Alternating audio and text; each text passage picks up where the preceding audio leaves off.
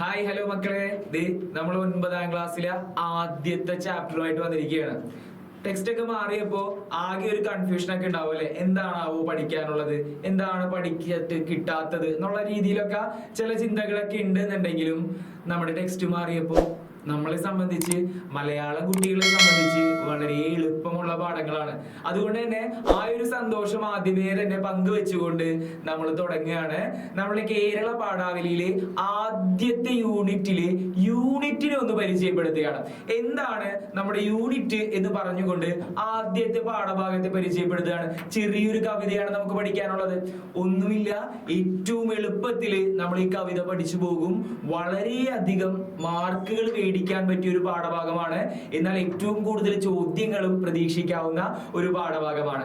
അപ്പൊ നമ്മൾ തുടങ്ങിയല്ലേ, എല്ലാവരും ആകാംക്ഷയോടുകൂടി ഇരിക്കുകയാണ് അല്ലെ. ഇത് പഠിക്കാൻ വേണ്ടിയിട്ട്, അറിഞ്ഞ അറിവുകൾ ഒന്നുകൂടി പുതുക്കാൻ വേണ്ടിയിട്ട് എല്ലാവരും ആകാംക്ഷയോട് കൂടി ഇരിക്കുകയാണ് അല്ലെ. നമ്മൾ തുടങ്ങുകയാണ്. നമ്മൾ തുടങ്ങുമ്പോൾ നമ്മുടെ പാഠഭാഗത്ത് ഇങ്ങനെ ഒരു ചിത്രവും കാണാം, അതുപോലെ തന്നെ ഇങ്ങനെ ഒരു തലക്കെട്ടും കാണാം. ഉള്ളിലുയിർക്കും മഴവില്ല്.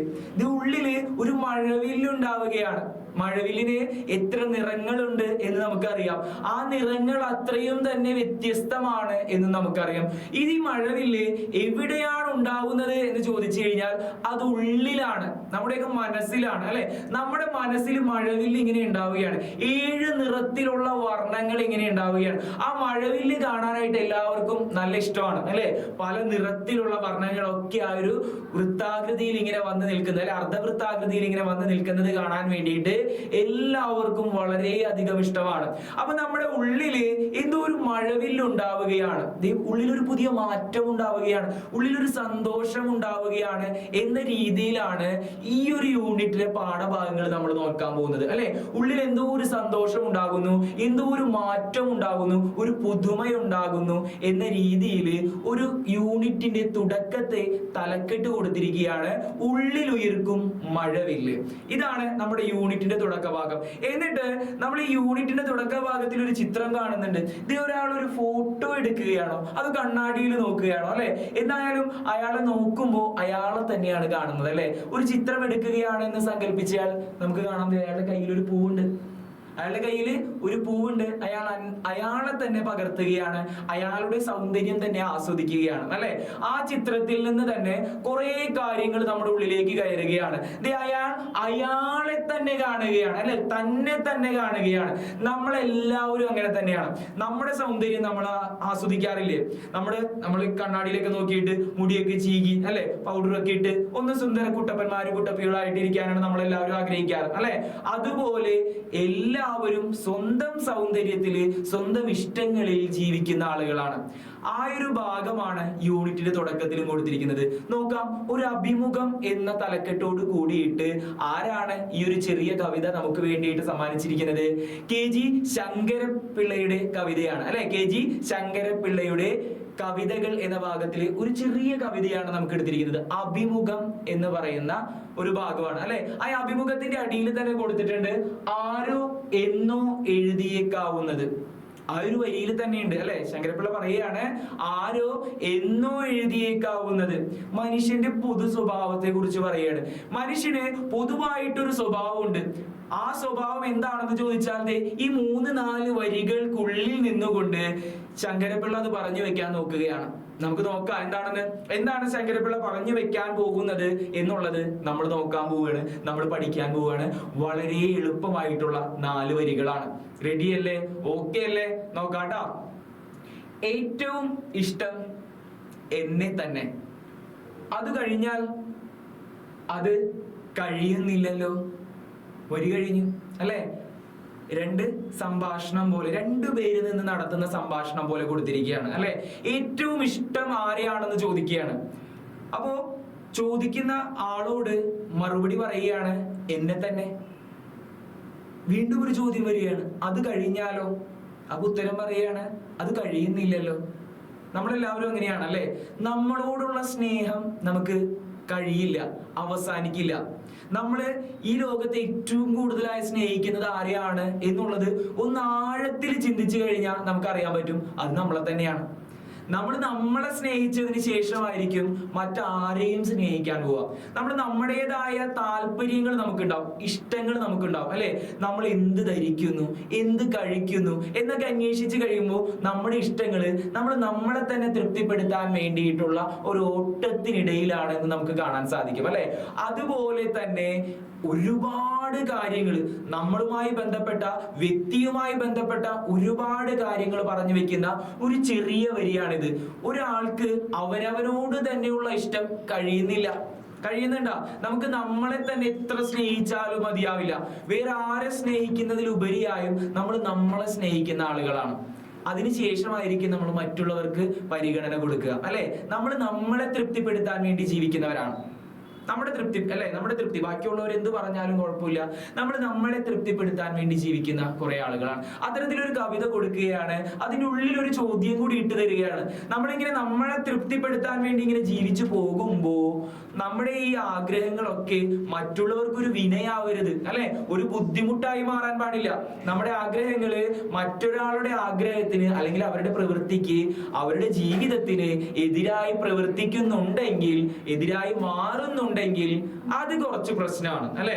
അപ്പൊ അങ്ങനെ നമ്മുടെ സ്വഭാവത്തെ മാറ്റാൻ പാടില്ല. മറ്റുള്ളവർക്ക് വേണ്ടിയിട്ട് മറ്റുള്ളവർക്ക് ഉപദ്രവം ഉണ്ടാക്കുന്ന വിധത്തിൽ നമ്മുടെ സ്വഭാവത്തെ നമ്മൾ മാറ്റാൻ പാടില്ല. അപ്പൊ അത്തരത്തിലൊക്കെ ചിന്തിച്ചുകൊണ്ടായിരിക്കും നമ്മൾ നമ്മുടെ സ്വഭാവത്തെ രൂപീകരിച്ചെടുക്കുക അല്ലെ. ആ ഒരു വട്ടത്തിനുള്ളിൽ നിന്നുകൊണ്ടായിരിക്കും നമ്മൾ വികസിക്കുക. നമ്മുടെ ഇഷ്ടങ്ങള് മറ്റൊരാൾക്ക് ഒരു ഉപദ്രവമായി മാറാൻ പാടില്ല. അത്തരത്തിലായിരിക്കണം നമ്മൾ നമ്മുടെ സ്വഭാവം രൂപീകരിച്ചു കൊണ്ടുവരേണ്ടത്. എന്നാൽ ആ വട്ടത്തിനുള്ളിൽ നിന്നുകൊണ്ട് മറ്റുള്ളവരെയും നമ്മൾ ആ വട്ടത്തിനുള്ളിലേക്ക് ഇട്ടുകൊണ്ട് അവരെയും കൂടി കൂട്ടുപിടിച്ചുകൊണ്ട് അല്ലെ, നമ്മൾ നമ്മുടെ സ്വാർത്ഥതയ്ക്ക് വേണ്ടിയിട്ടാണ് ജീവിക്കുന്നത്. എനിക്ക് എന്റെ കാര്യം എന്നുള്ള രീതിയിലാണ് ആ ചിന്ത പോകുന്നതെങ്കിലോ ഒന്ന് ആലോചിച്ച് നോക്കി, വളരെ ബുദ്ധിമുട്ടായിരിക്കും അല്ലെ. എനിക്ക് എന്റെ കാര്യം മാത്രം നോക്കിയാൽ പോരെ, ബാക്കിയുള്ളവർ എങ്ങനെയെങ്കിലും ആയിക്കോട്ടെ എന്ന് വിചാരിക്കുമ്പോൾ നമ്മളൊരു സമൂഹ ജീവിയാണ് അല്ലെ. നമ്മളൊരു സോഷ്യൽ ബീയിങ് എന്ന് പറയുമ്പോൾ പരസ്പരം അങ്ങോട്ടും ഇങ്ങോട്ടും ആശ്രയിച്ച് ജീവിക്കുന്നവരാണ്. നമുക്ക് ഒറ്റയ്ക്ക് നിലനിൽക്കാൻ പറ്റൂല. അപ്പൊ അതുകൊണ്ട് തന്നെ പലരെയായിട്ട് നമുക്ക് കാണേണ്ടി വരും, സംസാരിക്കേണ്ടി വരും, പല സാധനങ്ങൾ കൈമാറ്റം ചെയ്യേണ്ടി വരും, പലതും മേടിക്കേണ്ടി വരും. അപ്പൊ നമുക്ക് അങ്ങോട്ടും ഇങ്ങോട്ടും ആശ്രയിച്ച് ജീവിക്കേണ്ടി വരും. മനുഷ്യൻ അങ്ങനെ ആശ്രയിച്ച് ജീവിക്കുന്ന ഒരാളാണ്. അങ്ങനെ ആശ്രയിച്ച് ജീവിക്കുമ്പോൾ നമുക്ക് നമ്മുടെ താല്പര്യങ്ങൾ മാത്രം പൊക്കി പിടിച്ച് നടന്നു കഴിഞ്ഞാൽ പലപ്പോഴും അത് ഉപയോഗപ്പെടണം എന്നില്ല. പലപ്പോഴും അത് നമുക്ക് തന്നെ പ്രശ്നമായിട്ടും വരാം അല്ലെ. ഇത്തരത്തിലുള്ള കാര്യങ്ങളൊക്കെ നമ്മളൊന്ന് ആലോചിച്ചെടുക്കാൻ വേണ്ടിയിട്ടാണ് നമ്മുടെ ജി ശങ്കരപ്പിള്ള ഇത്തരത്തിലൊരു കവിത പറഞ്ഞിരിക്കുന്നത്. ഏറ്റവും ഇഷ്ടം ആരെയാണ് അല്ലെ, ഏറ്റവും ഇഷ്ടം ആരെയാണെന്നുള്ള ചോദ്യത്തിന് നമ്മളെല്ലാവരും ഒറ്റ അടിക്ക് പറയും, ചിലപ്പോ ആരെങ്കിലുമൊക്കെ പേരിങ്ങനെ എടുത്ത് പറയും. പക്ഷെ ഒന്നുകൂടി ചിന്തിച്ചു കഴിഞ്ഞാൽ സത്യത്തില് നമുക്ക് ഏറ്റവും കൂടുതൽ ഇഷ്ടം നമ്മളെ തന്നെയാണ് അല്ലെ. ആ ഒരു സത്യം പറഞ്ഞു വെച്ചുകൊണ്ട്, ആ ഒരു ചിന്ത പങ്കുവെച്ചുകൊണ്ടാണ് നമ്മുടെ യൂണിറ്റ് തുടങ്ങുന്നത്. ഒരു അഭിമുഖം പോലെ അല്ലെ, ഒരു ചോദ്യം പോലെ ഒരു കവിത എഴുതിക്കൊണ്ട് നമ്മുടെ ഈ യൂണിറ്റിന് തുടക്കം കുറിക്കുകയാണ്. KG ശങ്കരപ്പിള്ളയുടെ കവിതയാണ് യൂണിറ്റിന്റെ തുടക്കം. ഇനി നമ്മൾ നമ്മുടെ പാഠഭാഗത്തേക്ക് കിടക്കുകയാണ് കേട്ടോ. അങ്ങനെ നമ്മൾ നമ്മളിലേക്ക് ഒതുങ്ങാതെ ബാക്കിയുള്ളവരെ കൂടി വിശാലമായ ഒരു കണ്ണിലൂടെ കാണുകയും അവർക്ക് വേണ്ടി ജീവിക്കുകയും ചെയ്യുന്ന കുറച്ച് ആളുകളെ കുറിച്ചാണ് ഈ യൂണിറ്റിൽ പറയുന്നത്. നമ്മൾ നമ്മളിലേക്ക് ഒതുങ്ങാതെ മറ്റുള്ളവർക്ക് വേണ്ടി ജീവിക്കപ്പെടുമ്പോഴാണ് ഒരു മനുഷ്യൻ മനുഷ്യനായി മാറുന്നത്. അവന് മനുഷ്യത്വം ഉണ്ടാകുന്നത്, സ്നേഹം ഉണ്ടാകുന്നത്, സഹകരണം ഉണ്ടാകുന്നത്. ഇത്തരത്തിലുള്ള ചിന്തകളൊക്കെ പങ്കുവെക്കുന്ന ഒരു യൂണിറ്റ് ആണ് നമ്മൾ പഠിക്കുന്നത്. ആ യൂണിറ്റിലെ ആദ്യത്തെ പാഠഭാഗത്തേക്ക് നമ്മൾ പോവുകയാണ്. ആദ്യത്തെ പാഠഭാഗം വളരെ ഇൻട്രസ്റ്റിംഗ് ആയിട്ടുള്ള അല്ലെ, വളരെ താല്പര്യത്തോടു കൂടി പഠിക്കാൻ പറ്റിയ ഒരു പാഠഭാഗമാണ്. നോക്കാം നമുക്ക് ആദ്യത്തെ പാഠഭാഗം ഏതാണെന്നുള്ളത് നമ്മൾ നോക്കാൻ പോവുകയാണ്. സുഹൃതഹാരങ്ങൾ. പാഠത്തിന്റെ പേര് തന്നെ വളരെ കൗതുകം തോന്നുന്ന ഒരു പേരാണ്, സുഹൃതഹാരങ്ങൾ. അതിലേക്ക് കടക്കുന്നതിന് മുൻപായിട്ട് ഒരു ലിങ്ക് അവിടെ ഇട്ടിട്ടുണ്ട് അല്ലെ. എന്താണ് ഈ പാഠഭാഗത്തിൽ പറഞ്ഞിരിക്കുന്നത് എന്നുള്ളതിന് ഒരു ലിങ്ക് അവിടെ ഇട്ടിരിക്കുകയാണ്. ആ ലിങ്ക് നമ്മളൊന്ന് വായിച്ചു നോക്കുകയാണ് കേട്ടോ. അവരവരിൽ നിന്നുള്ള ഇറങ്ങി നടത്തം, അനുഭവങ്ങളിൽ നിന്ന് അറിവിന്റെ തെളിനീരുറവകൾ. ഇതാണ് ആ ഒരു ലിങ്ക്. അവനവനിൽ നിന്നുള്ള ഇറങ്ങി നടത്തം. നമ്മളിങ്ങനെ ആലോചിക്കുകയാണ്, ഞാൻ ഇങ്ങനെയൊക്കെ ചിന്തിച്ചാൽ മതി, ഞാൻ ഇങ്ങനെയൊക്കെ ജീവിച്ചാൽ മതി എന്നുള്ളതിൽ നിന്ന് എന്തെങ്കിലുമൊക്കെ മാറ്റം എൻ്റെ ജീവിതത്തിൽ കൊണ്ടുവരണം. ഞാൻ ചിന്തിക്കുന്ന ചിന്തകൾ ശരിയാണോ? അങ്ങനെ ചിന്തിച്ചു കഴിഞ്ഞാൽ ബാക്കിയുള്ളവർക്ക് അതൊരു ഉപദ്രവമാകുമോ എന്നൊക്കെ ആലോചിച്ചുകൊണ്ട് നമ്മൾ നമ്മുടെ സ്വഭാവത്തിൽ നിന്ന്, നമ്മളുടെ വ്യക്തിത്വത്തിൽ നിന്ന് ഒന്ന് ഇറങ്ങി നടക്കണം, അല്ലെ? മാറി നിന്നുകൊണ്ട് നമ്മളെ ഒന്ന് നോക്കണം. ഞാൻ ഇങ്ങനെ ചെയ്തു കഴിഞ്ഞാൽ അതൊരാൾക്ക് ഉപകാരമാണോ ഉപദ്രവമാണോ? നാലാൾക്ക് ഒരു ഉപദ്രവം ഉണ്ടാക്കുന്ന വിധത്തിൽ നമ്മളൊന്നും ചെയ്യരുത്, അല്ലെ? നാലാളുടെ ജീവിതത്തിൽ എന്തെങ്കിലും ഒരു മാറ്റം കുറിക്കുന്ന, ഒരു വ്യത്യാസം ഉണ്ടാകുന്ന വിധത്തിലാണ് നമ്മുടെ പ്രവൃത്തികളെങ്കിൽ അതായിരിക്കും നമ്മുടെ ഏറ്റവും നല്ല ജീവിതം. അങ്ങനെ അവനവനിൽ നിന്നൊന്ന് ഇറങ്ങി നടക്കാനാണ് പറയുന്നത്, അല്ലെ? നമ്മളെപ്പോഴും സ്വാർത്ഥനായി ജീവിക്കരുത്, സ്വന്തം കാര്യം മാത്രം നോക്കരുത്. അവനവനിൽ നിന്ന് ഒന്ന് ഇറങ്ങി നടക്കണം. ഇറങ്ങി നടന്നതിന് ശേഷം അനുഭവങ്ങളിൽ നിന്ന് അറിവിന്റെ തെളിനീരുറവകൾ.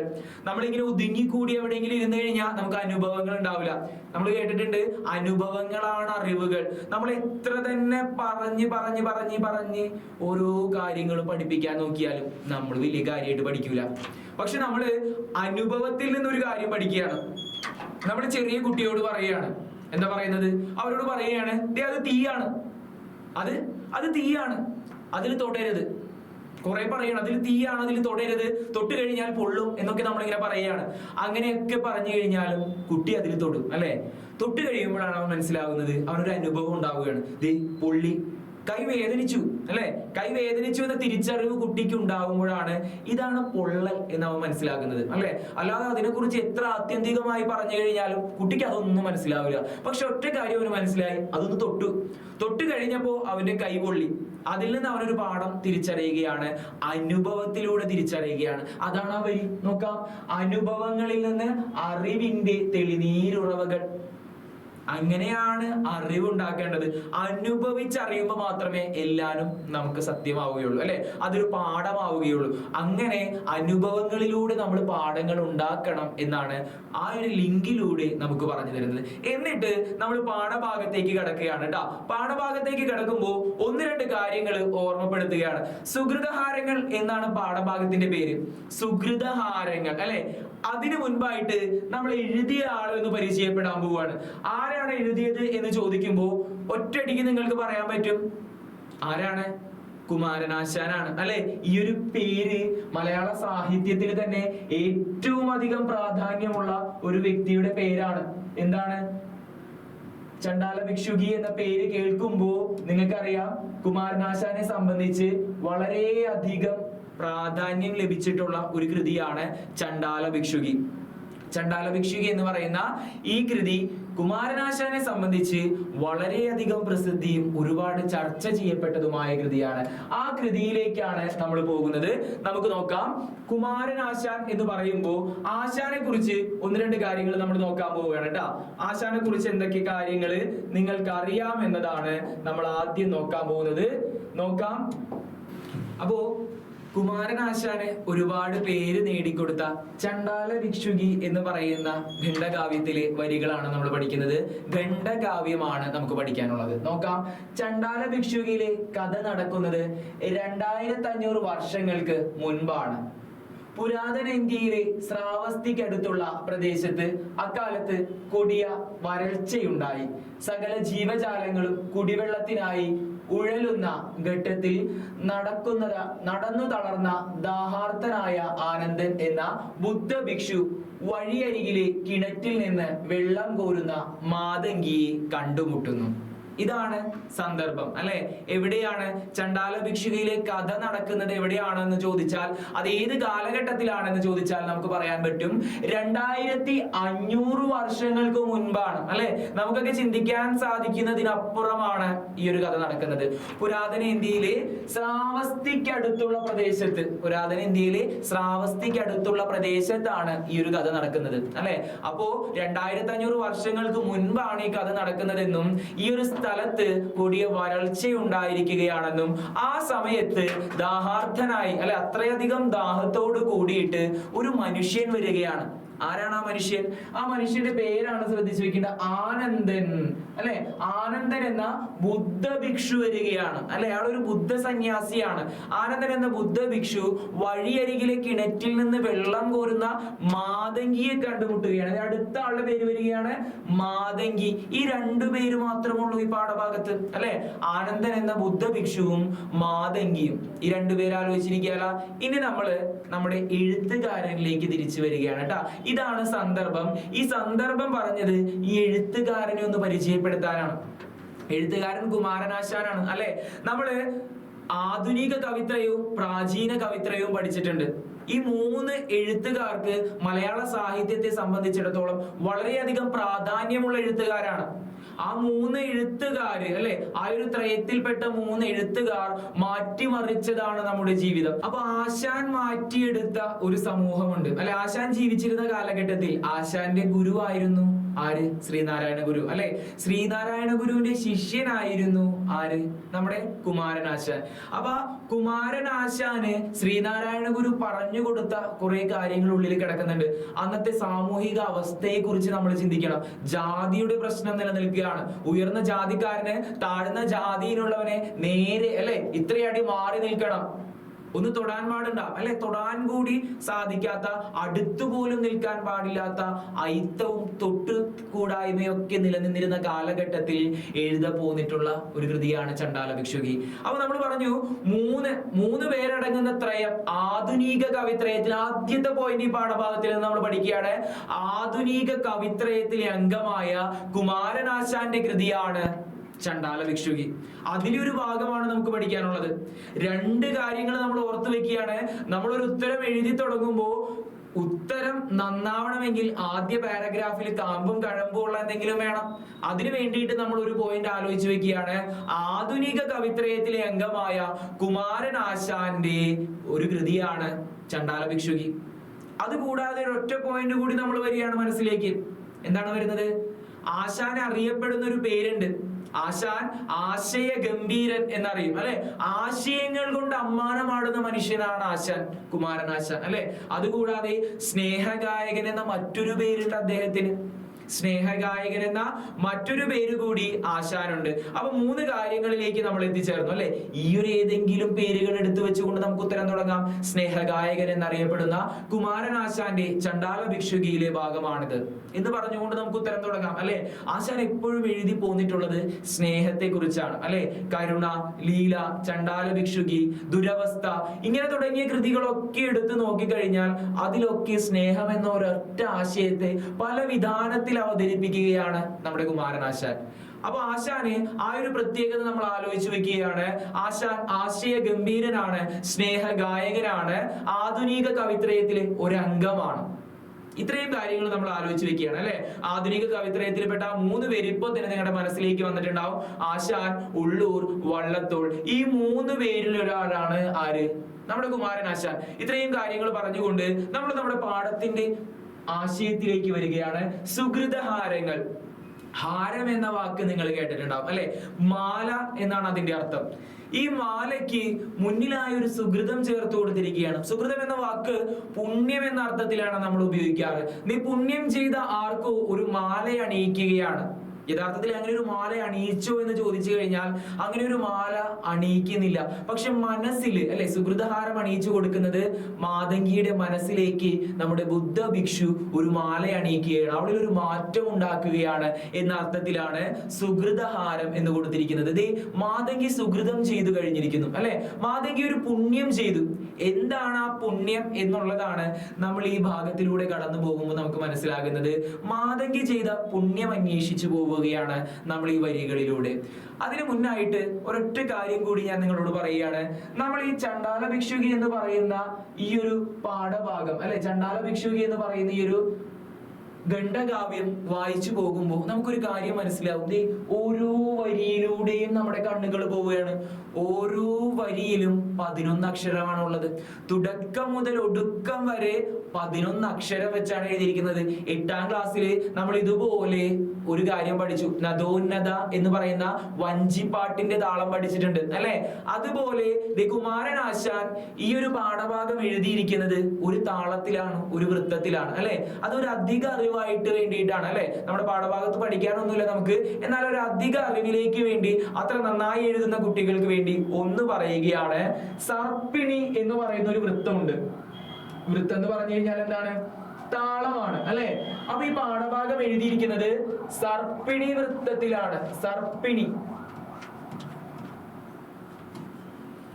സർപ്പിണി എന്ന് പറയുന്ന താളത്തിലാണ് ഈ പാഠഭാഗം എഴുതിയിരിക്കുന്നത്. ഈ താളം എങ്ങനെയാണ് എന്ന് ചോദിച്ചു കഴിഞ്ഞാൽ നോക്കാം. ഒരു വരിയിൽ എത്ര അക്ഷരമുണ്ട് എന്ന് നോക്കാം. 1 2 3 4 5 6 7 8 9 10 11. ഒരു വരിയിൽ 11 അക്ഷരമാണ് സർപ്പിണി വൃത്തത്തിൽ വരിക. തുടക്കം മുതൽ ഒടുക്കം വരെ 11 അക്ഷരത്തിലാണ് ഓരോ വരികളും പോയിക്കൊണ്ടിരിക്കുന്നത്. എല്ലാ വരികൾ എണ്ണി നോക്കിയാലും നമുക്കറിയാം 11 അക്ഷരമുള്ളൂ. വരികൾ എണ്ണുമ്പോൾ ശ്രദ്ധിക്കേണ്ട 2 കാര്യങ്ങൾ ആലോചിക്കണം. എന്താണ്? ചില്ലക്ഷരം ഉണ്ടെന്നുണ്ടെങ്കിൽ അവയെ കൂട്ടാൻ പാടില്ല. 8ാം ക്ലാസ്സിൽ നമ്മൾ പഠിച്ചു സമാന താളം കണ്ടെത്തേണ്ടത് എങ്ങനെയാണെന്ന് പഠിച്ചിട്ടുണ്ട് അല്ലെ. ചില്ലക്ഷരങ്ങൾ ഉണ്ടെങ്കിൽ കൂട്ടാൻ പാടില്ല. ചന്ദ്രക്കലയിട്ട അക്ഷരങ്ങൾ ഉണ്ടെങ്കിൽ അവയെയും കൂട്ടാൻ പാടില്ല. കാരണം അവയൊക്കെ നമ്മൾ അക്ഷരങ്ങളായി പരിഗണിക്കുന്നില്ല. അവയുടെ ഒക്കെ ഒപ്പം അല്ലെ, ചന്ദ്രക്കലയിട്ട അക്ഷരത്തിന്റെ ഒക്കെ ഒപ്പം സ്വരാക്ഷരം വരണം, എന്നാൽ മാത്രമേ അത് പൂർണ്ണമാവുകയുള്ളൂ അല്ലെ. അതുകൊണ്ട് ഈ 2 കാര്യം നോക്കണം, എന്നിട്ടായിരിക്കണം എണ്ണേണ്ടത്. അതെ, അപ്പൊ ഈ ഒരു വരിയിൽ എത്ര അക്ഷരങ്ങൾ പോകും എന്ന് നമുക്ക് നോക്കാം, എന്നിട്ട് വേണം എണ്ണാൻ വേണ്ടിയിട്ട്. 1 2 3 4 5 6 7 8 9 10 11. കണ്ട? 11. ഓരോ വരിയിലും ഇങ്ങനെയാണ് 11 അക്ഷരത്തിലാണ് അവസാനിക്കുന്നത്. ഇതിന് പറയുന്ന പേരാണ്, ഈ താളത്തെ പറയുന്ന പേരാണ് സർപ്പിണി. സർപ്പിണി വൃത്തത്തിലാണ്. വൃത്തം എന്ന് പറഞ്ഞു കഴിഞ്ഞാൽ മലയാള സാഹിത്യത്തിൽ താളം എന്നാണ് അർത്ഥം അല്ലെ. സർപ്പിണി താളത്തിലാണ് ഈ പാഠഭാഗം രചിച്ചിരിക്കുന്നത്, അല്ലെങ്കിൽ ഈ ഖണ്ഡകാവ്യം രചിച്ചിരിക്കുന്നത് എന്നുള്ളതൊന്ന് മനസ്സിലിട്ട് വെക്കുക. ആദ്യത്തെ പാരഗ്രാഫ് നന്നായി എഴുതാൻ വേണ്ടി ഈ ഒരു വാക്ക് നിങ്ങളെ പലപ്പോഴും സഹായിക്കും. ഇത്രയും കാര്യങ്ങൾ കിട്ടിയ നമ്മൾ നോക്കാൻ പോവുകയാണ് കേട്ടോ. നമ്മൾ തുടങ്ങുകയാണ്. നോക്കാം. പാഠഭാഗത്തിലേക്ക് വരികയാണ്. വരികൾ വായിക്കുകയാണ്. ചെറിയ കവിതയാണ്, പെട്ടെന്ന് അവസാനിക്കും. നോക്കാം. തൂമ തേടും തൻപാള കിണറ്റിലിട്ടോമൽ കയ്യാൽ കയറു വലിച്ചുടൻ. ആദ്യത്തെ 2 വരി ഇങ്ങനെയാണ് വരുന്നത് അല്ലെ. തൂമ തേടും തൻപാള കിണറ്റിലിട്ടോമൽ കയ്യാൽ കയറു വലിച്ചു. 2 കാര്യങ്ങൾ നമുക്ക് മനസ്സിലായി. ആരോ ഒരാള് കിണറ്റിലേക്ക് തൂമ തേടുന്ന ഒരു പാള എടുത്തിട്ട് അത് വലിച്ചുകൊണ്ടിരിക്കുകയാണ്. ആദ്യകാലത്ത് കിണറ്റിൽ നിന്ന് വെള്ളം കോരുന്നത് എങ്ങനെയാണ്? നമ്മൾ ഇന്ന് ഉപയോഗിക്കുന്ന പോലെ പാത്രങ്ങളോ ബക്കറ്റുകളോ ഉപയോഗിച്ചല്ല അല്ലെ. പാള വളച്ച് കെട്ടിയിട്ട് അതിൽ കയറ് ഘടിപ്പിച്ചുകൊണ്ടാണ് നമ്മൾ വെള്ളം കോരിയിരുന്നത്. തൂമ തേടുക അർത്ഥം ചോദിക്കൂട്ടി പാഠഭാഗത്ത് നിന്ന്. തൂമ തേടുക എന്ന് പറഞ്ഞു കഴിഞ്ഞാൽ എന്താണെന്ന് ചോദിച്ചു കഴിഞ്ഞാൽ, തൂമ എന്ന് പറഞ്ഞു കഴിഞ്ഞാൽ നല്ല വെളുത്ത നിറമുള്ള, നല്ല ഭംഗിയുള്ള അല്ലെ, ഭംഗിയുള്ള പാളയാണ് അവൾ കിണറ്റിലേക്ക് എടുത്തിടുന്നത്. ഓമൽ കയ്യാൽ, അത്ര മനോഹരമായ ഓമനത്വം തുളുമ്പുന്ന ആ ഒരു കയ്യാൽ കയറ് വലിക്കുകയാണ്. ആരായിരിക്കും? 2 കഥാപാത്രങ്ങളല്ലേ ഈ പാഠഭാഗത്തുള്ളത്. അതിലൊന്ന് ആനന്ദനാണ്. അപ്പോ ഓമൽ കയ്യാൽ കയറു വലിച്ചുടൻ കോമളാങ്കി. ഇത് കോമളാങ്കി എന്ന് പറയുന്നുണ്ട്. അപ്പൊ നമുക്ക് മനസ്സിലായി അതൊരു പെണ്ണാണ്. അപ്പൊ ആരായിരിക്കും? മാതങ്കിയാണ് അല്ലെ. മാതങ്കി വെള്ളം കോരുകയാണ്.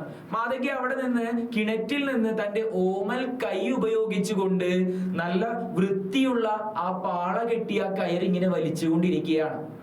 എന്നിട്ട് എന്താ സംഭവിച്ചേ നോക്കാം. കോമളാങ്കി നീർ കോരി നിന്നിടിനാൾ. കോമളാങ്കി അല്ലെ, അത്ര സുന്ദരിയായ ഒരു പെൺകുട്ടിയാണ്. മാതങ്കിയെ വർണ്ണിച്ചിരിക്കുകയാണ്. അവൾ കോമളാങ്കിയാണ്, കോമളമായ ഒരു അംഗമുള്ളവളാണ്, ശരീരമുള്ളവളാണ് അവൾ. നോക്കാം. കോമളാങ്കി നീർ കോരി നിന്നിടിനാൾ. നീർ എന്ന വാക്കിന്റെ അർത്ഥം വെള്ളം എന്നാണ് അല്ലെ. അപ്പൊ അവൾ വെള്ളം കോരുകയാണ്. ആദ്യത്തെ 3 വരി കിട്ടിയ തൂമ തേടും തൻപാള കിണറ്റിലിട്ടോമൽ കയ്യാൽ കയറു വലിച്ചുടൻ കോമളാങ്കി നീർ കോരി നിന്നിടിനാൽ. അവള് ആ മനോഹരമായ കൈകൊണ്ട് നല്ല വെളുത്ത പാള കെട്ടിയിട്ടുള്ള ആ കയറ് വലിച്ചുകൊണ്ടിരിക്കുകയാണ്. വെള്ളം കോരുകയാണ്. എവിടെ നിന്നാണ്?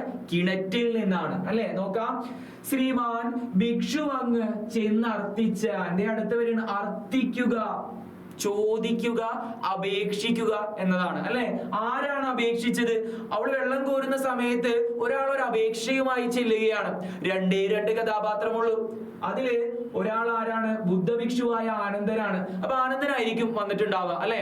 ആനന്ദൻ ചെന്ന് ചോദിക്കുകയാണ്, അർത്ഥിക്കുകയാണ്. എന്താണ് അർത്ഥിച്ചത്? ശ്രീമാൻ ഭിക്ഷു. ഭിക്ഷു എന്ന് പറഞ്ഞു കഴിഞ്ഞാൽ നമ്മൾ പഠിച്ചു ബുദ്ധഭിക്ഷു ആണ്. ഏത് ബുദ്ധഭിക്ഷു ആണ്? ആനന്ദൻ എന്ന ബുദ്ധഭിക്ഷു ചെല്ലുകയാണ്. ചെന്ന് എന്താണ് അർത്ഥിച്ചത്? അർത്ഥിച്ചത് എന്ന് വെച്ച് കഴിഞ്ഞാൽ ചോദിച്ചത്. എന്താണ് ചോദിച്ചത്? ദാഹിക്കുന്നു ഭഗിനി കൃപാരസ മോഹനം കുളിർ തണ്ണീരാശു നീ ഓമലേ.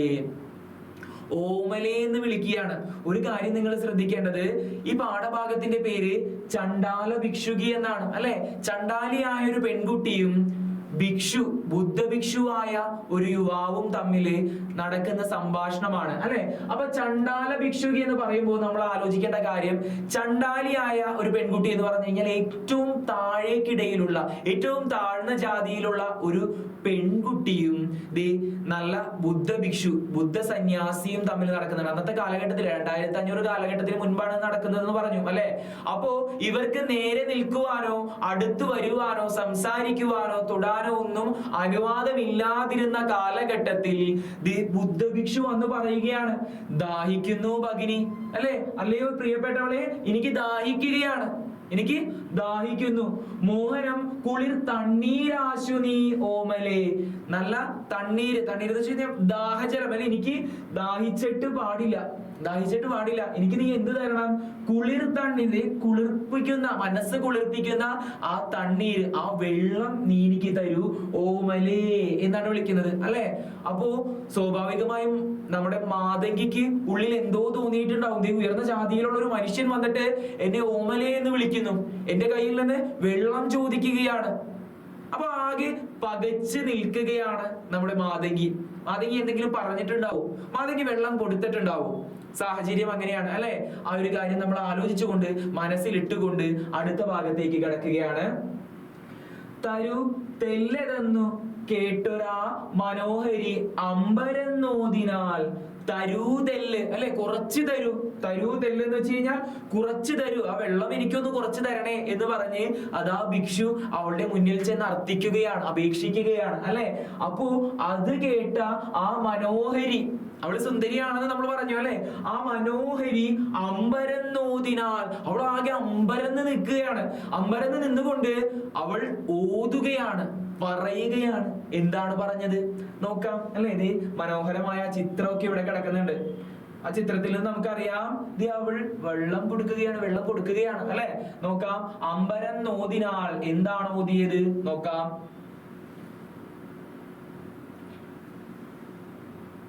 അല്ലല്ലെന്ത് കഥയിതു കഷ്ടമേ അല്ലലാലങ്ങ് ജാതി മറന്നിതോ. ചോദിക്കുകയാണ്. അല്ലെ? അല്ലല്ലെന്ത് കഥയിത് കഷ്ടമേ അല്ലലാലങ്ങ് ജാതി മറന്നിതോ. ഇതാണ് നമ്മുടെ പാഠഭാഗത്ത് നിന്ന് നിങ്ങൾ പ്രതീക്ഷിക്കാവുന്ന, അല്ലെങ്കിൽ നിങ്ങൾ ക്വസ്റ്റ്യൻ പേപ്പറിൽ കാണാൻ പോകുന്ന ഒരു വരി ഏതാണെന്ന് ചോദിച്ചു കഴിഞ്ഞാൽ ഈ വരിയാണ് നമ്മൾ കാണാൻ പോകുന്നത് കേട്ടാ. ഇതാണ് നമുക്ക് വളരെ പ്രധാനപ്പെട്ടിട്ടുള്ള വരി എന്ന് പറയുന്നത്. അല്ലല്ലെന്തു കഥയിതു കഷ്ടമേ അല്ലലാലങ്ങ് ജാതി മറന്നിതോ. അല്ല, ഇതെന്ത് കഷ്ടമാണ്. മാതങ്കി ചോദിക്കുകയാണ്, ഇതെന്ത് കഷ്ടമാണ്. അല്ലലാലങ്ങ് ജാതി മറന്നിതോ. അല്ലൽ എന്ന വാക്കിന് ഒറ്റ അർത്ഥം നമ്മൾ ഇതിൽ നിന്ന് എടുക്കുന്നത് ദുഃഖം എന്നാണ്. അല്ലെ? ദുഃഖം കൊണ്ട് അങ്ങ് ജാതി മറന്നു എന്ന് ചോദിക്കുകയാണ്. ദുഃഖം വരുമ്പോ നമ്മൾ ജാതി മറക്കുമോ? മാതങ്കി ചോദിക്കുകയാണ്, അങ്ങക്ക് ദുഃഖം വന്നോ? ദുഃഖം കൊണ്ട് അങ്ങ് ജാതി മറന്നോ? അങ്ങ് ഉയർന്ന ജാതിയിലാണ്, ഞാൻ താഴ്ന്ന ജാതിയിലാണ്. അല്ലെ? അങ്ങേക്ക് ദുഃഖം വന്നു. എങ്ങനെയാണ് ദുഃഖം വന്നത്? ദാഹിച്ച് വലഞ്ഞു വരികയാണ്. അല്ലെ? അവിടെ കൊടിയ വരൾച്ചയാണെന്ന് നമ്മൾ പറഞ്ഞു. ആ കൊടിയ വരൾച്ച അനുഭവപ്പെട്ട് നമ്മുടെ ആനന്ദന് ദുഃഖം ഉണ്ടാവുകയാണ്, വിഷമം ഉണ്ടാവുകയാണ്. എന്ത് കിട്ടാഞ്ഞിട്ടാണ് ആ വിഷമം വരുന്നത്? വെള്ളം കിട്ടാഞ്ഞിട്ടാണ് വിഷമം വരുന്നത്. അല്ലെ?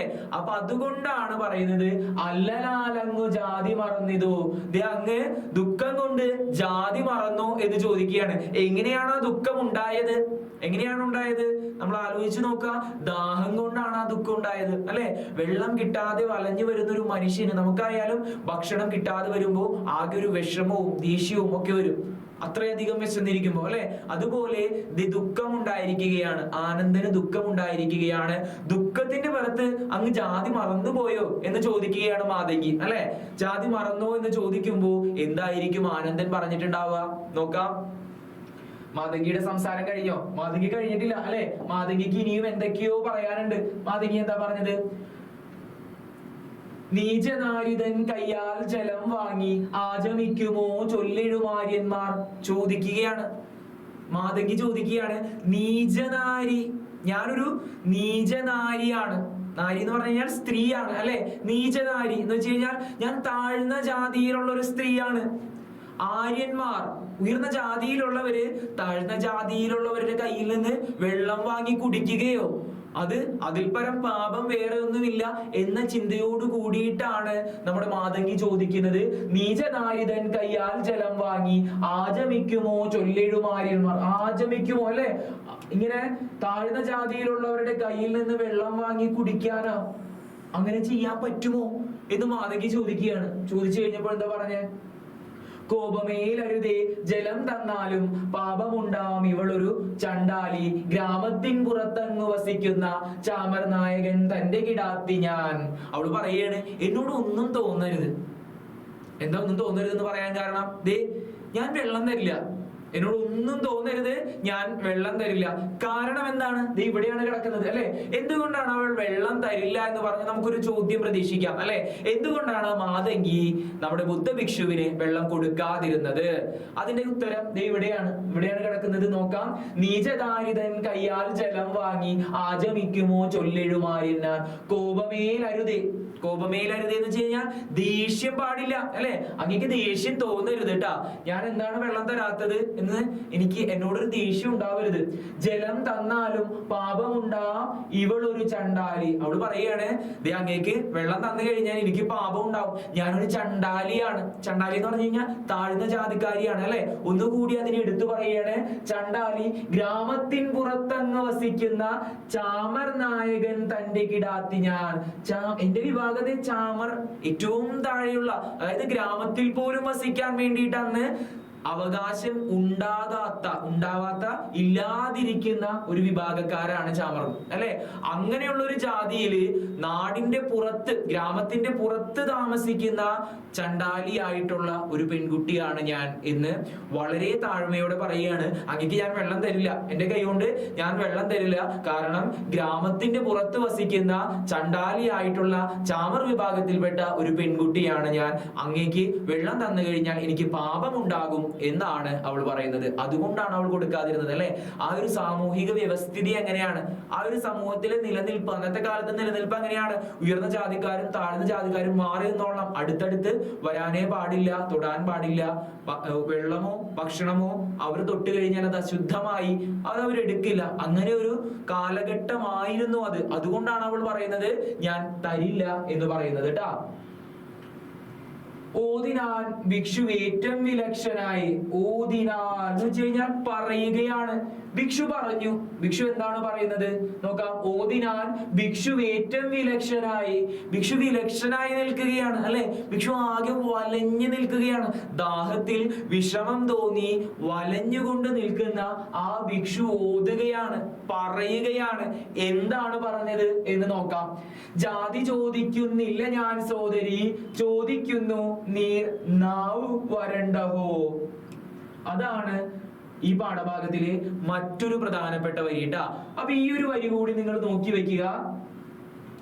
ജാതി ചോദിക്കുന്നില്ല ഞാൻ സോദരി, ചോദിക്കുന്നു നീർ നാവ് വരണ്ടഹോ, ഭീതി വേണ്ട തരികെനിക്കു നീ. അടുത്ത ഇമ്പോർട്ടന്റ് ആയിട്ടുള്ള ഒരു വരിയാണ് ഇത്. ജാതി ചോദിക്കുന്നില്ല ഞാൻ സോദരി, ചോദിക്കുന്നു നീർ നാവു വരണ്ടോ.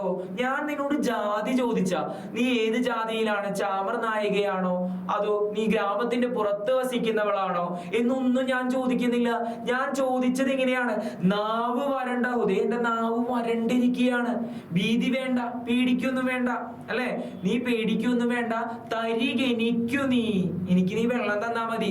ഞാൻ ജാതിയല്ല നിന്നോട് ചോദിക്കുന്നത്, നാവ് വരണ്ടിട്ട് വെള്ളമാണ് ചോദിക്കുന്നത്. എത്രയൊക്കെ ദാഹം ഉണ്ടായാലും, അല്ലെ, ഉയർന്ന ജാതിയിൽപ്പെട്ടവനാണ് താഴ്ന്ന ജാതിയിൽപ്പെട്ടവനാണ് എന്ന് പറഞ്ഞു കഴിഞ്ഞാലും മനുഷ്യന്റെ വികാരങ്ങളൊക്കെ ഒരുപോലെയാണ്. താഴ്ന്ന ജാതിയിൽപ്പെട്ടവനായതുകൊണ്ട് അവന് സ്നേഹം എന്തെന്ന് തിരിച്ചറിയാൻ സാധിക്കില്ല, അവന് വിശപ്പ് എന്തെന്ന് തിരിച്ചറിയാൻ സാധിക്കില്ല, അവന് ദുഃഖം എന്തെന്ന് തിരിച്ചറിയാൻ സാധിക്കില്ല. അങ്ങനെ പറയാൻ പറ്റുമോ നമുക്ക്? മനുഷ്യന്മാർക്ക് എല്ലാവർക്കും ഈ വികാരങ്ങൾ ഉണ്ടാവും, അല്ലെ? വിശപ്പ് തിരിച്ചറിയാത്ത മനുഷ്യരില്ല. വിശക്കും, നമുക്കൊക്കെ വിശക്കും, അല്ലെ? ദാഹിക്കും. സ്നേഹം നമുക്ക് വരും, ദേഷ്യം നമുക്ക് വരും, ദുഃഖം നമുക്ക് വരും. ഇതൊക്കെ എല്ലാ മനുഷ്യനും ഒരുപോലെയാണ്. അപ്പോ ആ ഒരു ചിന്ത ഇട്ട് കൊടുക്കുകയാണ് ഈ ഒരൊറ്റ വരിയിലൂടെ നമ്മുടെ ആനന്ദൻ. ഞാൻ നിന്നോട് ജാതിയല്ല ചോദിക്കുന്നത്, നീ വേറൊരു ജാതിക്കാരി ആയതുകൊണ്ട് എന്റെ ദുഃഖം നീ മനസ്സിലാക്കാതിരിക്കൊന്നുമില്ല. നിനക്കും ദാഹിക്കും, എനിക്കും ദാഹിക്കും, രണ്ടുപേരുടെയും ദാഹം ഒരുപോലെയാണ്, അല്ലെ? അതാണ് ഈ വരികൾക്ക് ഈ പാഠഭാഗത്തിൽ ഏറ്റവും കൂടുതൽ പ്രാധാന്യം വരുന്നത്.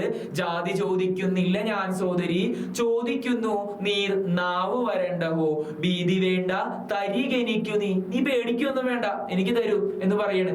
എന്നുടനെ കരപുടം നീട്ടിനാൽ എന്ന് പറഞ്ഞുകൊണ്ട് ദയാഭിക്ഷു കരം നീട്ടി, അല്ലെ? അവൾ ആകെ പേടിച്ചു നിൽക്കുകയാണ്. അവൾ വെള്ളം കൊടുത്തിട്ടുണ്ടാവോ? ഭിക്ഷു കൈ നീട്ടുകയാണ്, അല്ലെ? ദാഹിച്ചിട്ട് പാടില്ല, ഞാൻ നിന്റെ ജാതി ഒന്നുമല്ല ചോദിക്കുന്നത്, നാവ് വരണ്ടിട്ട് കുറച്ച് വെള്ളമാണ് എന്ന് പറഞ്ഞ് ആൾ കൈ നീട്ടുകയാണ്. കൈ നീട്ടി ഇങ്ങനെ നിൽക്കുകയാണ് വെള്ളം ഒഴിക്കാൻ വേണ്ടിയിട്ട്, അല്ലെ? എന്നുടനെ പറഞ്ഞ് കരപുടം നീട്ടി. ചെന്നളിന മനോഹരം സുന്ദരൻ. അതെ, വീണ്ടും പറയുകയാണ്. എന്താ പറഞ്ഞത്? അവള് സുന്ദരിയാണ്, ഇവൻ സുന്ദരനുമാണ്. രണ്ടുപേരും സുന്ദരന്മാരാണ്, അല്ലെ? രണ്ടുപേരും മനോഹരമാണ്. മനോഹരം അവരുടെ മനസ്സിലും കൂടി ഉണ്ടാകുന്ന നമുക്ക് നോക്കാം, അല്ലെ? ആ സൗന്ദര്യം അവരുടെ മനസ്സിലും കൂടി ഉണ്ടോ എന്നുള്ളതാണ് നമ്മൾ അടുത്തത് അന്വേഷിക്കാൻ പോകുന്നത്. പിന്നെ തർക്കം പറഞ്ഞില്ലയോ മരാൾ, തന്വിയാണവൾ കല്ലല്ലിരുമ്പല്ല. ഇത് മറ്റൊരു പ്രധാനപ്പെട്ട ഭാഗം വരുന്നു. പിന്നെ തർക്കം പറഞ്ഞില്ലയോ മരാൾ, തന്വിയാണവൾ കല്ലല്ലിരുമ്പല്ല. പിന്നെ തർക്കിക്കാൻ നിന്നില്ല. ആ ഒരൊറ്റ ചിന്ത ചെന്ന് കൊള്ളേണ്ടടുത്ത് അവൾക്ക് കൊണ്ടു. അവള് ആലോചിക്കുകയാണ്. അവള് പിന്നെ ഒന്നും പറയാനും നിന്നില്ല. അവള് പിന്നെ എതിർത്ത് കഴിഞ്ഞിട്ട് ഞാൻ ജാതി താഴ്ന്നതാണ് എന്ന് പറഞ്ഞ് വീണ്ടും തർക്കിക്കാനൊന്നും നിന്നില്ല. അവള് പിന്നെ ഒന്നും മിണ്ടിയില്ല, ഒന്നും പറയാതെ അവൾ ഇങ്ങനെ നിൽക്കുകയാണ്. എന്നിട്ട് പറയാണ്, പിന്നെ തർക്കം പറഞ്ഞില്ലയോ മളാൽ, തന്വിയാണവൾ. തന്വി എന്ന അർത്ഥം നമ്മൾ അന്വേഷിക്കുമ്പോ നമുക്ക് കിട്ടുന്നത് സുന്ദരി എന്നൊരർത്ഥമാണ്, അല്ലെ? തന്വി എന്ന് പറഞ്ഞു കഴിഞ്ഞാൽ സുന്ദരി എന്ന അർത്ഥത്തിലാണ് നമ്മൾ എത്തിച്ചേരുക. തന്വി എന്ന് പറഞ്ഞു കഴിഞ്ഞാൽ സുന്ദരി. തർക്കം പറഞ്ഞില്ല, അവള് കല്ലുമല്ല ഇരുമ്പുമല്ല, സുന്ദരിയാണെന്ന്. അങ്ങനെ ഒരു അർത്ഥം ഉണ്ടാകും. അവള് കല്ലുമല്ല ഇരുമ്പുമല്ല, സുന്ദരിയാണ്. എവിടെയാണ് സൗന്ദര്യമുള്ളത്, അല്ലെ? അവളൊരു മനുഷ്യ സ്ത്രീയാണ്. മനുഷ്യന്മാർക്ക് മനുഷ്യത്വം ഉണ്ടാവും, അല്ലെ? ആ മനുഷ്യത്വം ഉള്ളത് കൊണ്ട് തന്നെ അവളുടെ മനസ്സിനൊരു സൗന്ദര്യമുണ്ട്. ആ സൗന്ദര്യത്തെ കുറിച്ചാണ് പറയുന്നത്. തന്വിയാണ് അവൾ, സൗന്ദര്യവതിയാണ് അവൾ, അല്ലെ? മനുഷ്യത്വം എന്ന സൗന്ദര്യം അവളുടെ ഉള്ളിലുണ്ട്. അത് കല്ലോ ഇരുമ്പോ ഒന്നുമല്ല. ഒരു കല്ലിനോടോ ഇരുമ്പിനോടോ നമ്മൾ എന്ത് പറഞ്ഞിട്ടും കാര്യമില്ല. തിരിച്ചു വല്ലതും പറയോ? നമ്മുടെ ദുഃഖങ്ങൾ അറിയോ? നമുക്ക് ആശ്വാസം പകരോ? ഒന്നുമില്ല, അല്ലെ? അവൾ ഇതുപോലെ കല്ലോ ഇരുമ്പോ ഒന്നുമല്ല. അവളൊരു മനുഷ്യ സ്ത്രീയാണ്, സ്നേഹം തുളുമ്പുന്ന ഒരു മനസ്സുള്ളവളാണ്. അതാണ് അവിടെ സുന്ദരി എന്ന അർത്ഥം കൊടുത്തിരിക്കുന്നത്, തന്വിയാണ് എന്ന് കൊടുത്തിരിക്കുന്നത്, അല്ലെ? ഓരോ വാക്കുകളും നമ്മുടെ കുമാരനാശാൻ കൊണ്ടുവന്ന് പ്ലേസ് ചെയ്തിരിക്കുന്നത് ശ്രദ്ധിക്കാം, അല്ലെ? ഓരോ വാക്കുകളും കൊണ്ടുവന്ന് വച്ചിരിക്കുകയാണ്. ആ വച്ചിരിക്കുന്നതിന്റെ ഉള്ളിലേക്ക് നമ്മൾ ഇങ്ങനെ ഇറങ്ങി പോവുകയാണ്. അതാണ് ആശാൻ ആശയഗംഭീരൻ എന്ന് പറയുന്നത്. ഇവിടെ പറഞ്ഞിരിക്കുന്നത് സുന്ദരി എന്ന വാക്കാണ്. സുന്ദരി നമ്മൾ ആലോചിക്കുകയാണ്. സുന്ദരി അവൾ എങ്ങനെയാണ് സുന്ദരിയായത്? മനസ്സുകൊണ്ടാണ് അവൾ സുന്ദരിയായത്, അല്ലെ? മനുഷ്യത്വമുള്ളവരൊക്കെ സുന്ദരന്മാരാണ്. അവരുടെ ബാഹ്യമായ സൗന്ദര്യമല്ല നമ്മൾ നോക്കുന്നത്, അവരുടെ ആന്തരികമായ സൗന്ദര്യം നോക്കുമ്പോൾ, അവരുടെ സ്വഭാവം നോക്കുമ്പോൾ അവർക്ക് എന്തൊക്കെയോ സൗന്ദര്യം ഉള്ളതുപോലെ നമുക്ക് തോന്നും അല്ലെ. ഒരാൾ അത്രമേൽ അടുത്തറിയുമ്പോൾ നമുക്ക് തോന്നും അവർക്ക് എന്തെന്നില്ലാത്തൊരു സൗന്ദര്യം ഉണ്ടെന്ന് അല്ലെ. ആ സൗന്ദര്യം അവരുടെ സ്വഭാവത്തിൻ്റെതാണ് അല്ലേ, അവരുടെ സ്വഭാവത്തിൻ്റെതാണ്, അവരുടെ പ്രവൃത്തിയുടേതാണ് ആ സൗന്ദര്യം. അല്ലാതെ ബാഹ്യമായി കാണുന്ന സൗന്ദര്യമല്ല ഒരു മനുഷ്യന്റെ സൗന്ദര്യം എന്ന് വിളിച്ചു പറയാൻ ഒരൊറ്റ വാക്ക് കുമാരനാശാൻ അവിടെ ഉപയോഗിച്ചിട്ടുള്ളൂ. ആ വാക്കാണ് ഇവിടെ പ്ലേസ് ചെയ്ത് വെച്ചിരിക്കുന്നത്. നോക്കാം, തന്വിയാണ് അവൾ, സുന്ദരിയാണ് അല്ലെ, കല്ലല്ല ഇരുമ്പല്ല എന്ന് പറയാണ്. അടുത്ത വരിയിലേക്ക് വരികയാണ്. കറ്റക്കാർക്കൂന്തൽ മൂടി തലവഴി മുറ്റുമാസ്യം മറഞ്ഞു കിടക്കുന്ന ചാരുസാരി ഒതുക്കി ചെറുചിരി ചോരും ചോരിവ ചെറ്റുവിടർത്തവൾ. അവൾ അങ്ങനെ നിൽക്കുകയാണ്. അവൾ അങ്ങനെ എങ്ങനെയാണ് നിൽക്കുന്നത് എന്ന് ചോദിച്ചാൽ ഇവിടെയാണ് ഉത്തരം കിടക്കുന്നത് അല്ലെ. എങ്ങനെയാണ് ആനന്ദൻ വന്ന സമയത്ത് മാതങ്കി നിൽക്കുന്നത് എന്ന് ചോദിച്ചു കഴിഞ്ഞാൽ അവളുടെ തല വഴി അവൾ സാരി മൂടിയിട്ടുണ്ട് അല്ലെ. അവളുടെ തല വഴി മൂടിയ സാരി ഒന്ന് ഒതുക്കുകയാണ് അവൾ. നോക്കാം, മുറ്റുമാസ്യം മറഞ്ഞു കിടക്കുന്ന കറ്റക്കാർക്കൂന്തൽ മൂടിത്തലവഴി. കാർക്കൂന്തൽ എന്ന് പറഞ്ഞു കഴിഞ്ഞാൽ മുടിയാണ് അല്ലെ. മുടി വഴി മൂടിക്കിടക്കുകയാണ് എന്ത്? സാരി. ആ സാരി അവൾ എന്ത് ചെയ്യാണ്? ഒതുക്കുകയാണ്. ചെറുചിരി ചോരും ചോരുവ ചുറ്റുവിടർത്തി. ഇത് അവളുടെ മുഖത്ത് ചിരി വരികയാണ് അല്ലെ. എന്തുകൊണ്ടായിരിക്കാം അവളുടെ മുഖത്ത് ചിരി ഉണ്ടായത്? അവൾ എന്തോ, അവളുടെ മനസ്സിൽ പുതിയൊരു മാറ്റം അല്ലെ, എന്തോ ഒരു മഞ്ഞുതുള്ളി അവളുടെ മനസ്സിലേക്ക് വീണിട്ടുണ്ട്. ആ മഞ്ഞുതുള്ളി അവിടെ കിടന്ന് അലിഞ്ഞ് അവളുടെ മനസ്സിനെ അങ്ങോട്ടേക്ക് മാറ്റിമറിക്കുകയാണ്. അതുവരെ അവൾ ചിന്തിച്ചിരുന്നിടത്ത് നിന്ന് വേറെ ഏതോ ഒരു ലോകത്തേക്ക്, പുതിയൊരു ചിന്തയിലേക്ക്, പുതിയൊരു നവോത്ഥാനത്തിലേക്ക് അവളുടെ മനസ്സ് പോവുകയാണ്. ഇത് ഒരു നവോത്ഥാന നായകനായി അല്ലെ. നവോത്ഥാനം എന്ന വാക്കിന്റെ അർത്ഥം എന്താണ്? നവോത്ഥാനം, നവോത്ഥാന നായകനായി മാറുകയാണ് കുമാരനാശാൻ. നവോത്ഥാനം എന്ന് പറഞ്ഞു കഴിഞ്ഞാൽ ഒരു പുത്തൻ ഉണർവ് എന്നാണ് അതിന്റെ അർത്ഥം അല്ലെ. അപ്പൊ ഒരു പുത്തൻ ഉണർവ് ഉണ്ടാക്കി കൊടുക്കുകയാണ് ആനന്ദൻ. ആരുടെ മനസ്സില്? മാതങ്കിയുടെ മനസ്സിൽ. മാതങ്കിയുടെ മനസ്സിൽ ഒരു പുതിയ ഉണർവ് ഉണ്ടാക്കി കൊടുക്കുകയാണ് ആര്? നമ്മുടെ ആനന്ദൻ. അതുകൊണ്ട് അവളുടെ മുഖത്ത് ഒരു ചെറിയ ചിരി വിടർത്തുകയാണ് അല്ലെ. അവൾക്ക് ചിരി വരികയാണ്. ഇത്രയും നേരം ഭയന്ന് നിന്നിരുന്ന ആ പെൺകുട്ടിയുടെ മുഖത്ത് ഒരു ചിരി വരികയാണ്. സ്നേഹത്തിന്റെ ചിരി വരികയാണ്, സന്തോഷത്തിന്റെ ചിരി വരികയാണ്, പുതിയൊരു മാറ്റത്തിന്റെ ചിരി വരികയാണ്. എന്നിട്ട് എന്ത് സംഭവിച്ചു നോക്കാം.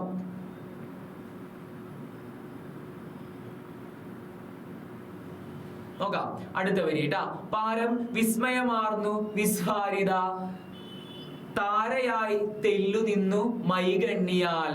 അവൾ അങ്ങനെ ആ ഒരു വിസ്മയം കൊണ്ട് അവൾ അങ്ങനെ നിൽക്കുകയാണ് അല്ലെ. മൈകണ്ണിയാണ് അവൾ, നല്ല കണ്ണുകളോട് അല്ലെ, സുന്ദരി എന്ന് ഇടയ്ക്കിടയ്ക്ക് എടുത്ത് പറയണ ആശാൻ അല്ലെ. അവൾ വീണ്ടും സൗന്ദര്യം വന്നിരിക്കുകയാണ്. മൈകണ്ണി, അവൾ വീണ്ടും സുന്ദരിയാവുകയാണ്. നോക്കാം,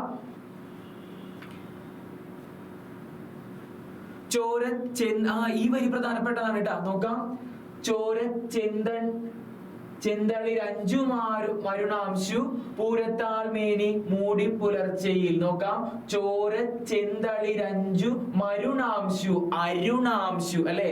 ചോര ചെന്തളിരഞ്ചും അരുണാംശു പൂരത്താൽ മേനി മൂടി പുലർച്ചയിൽ.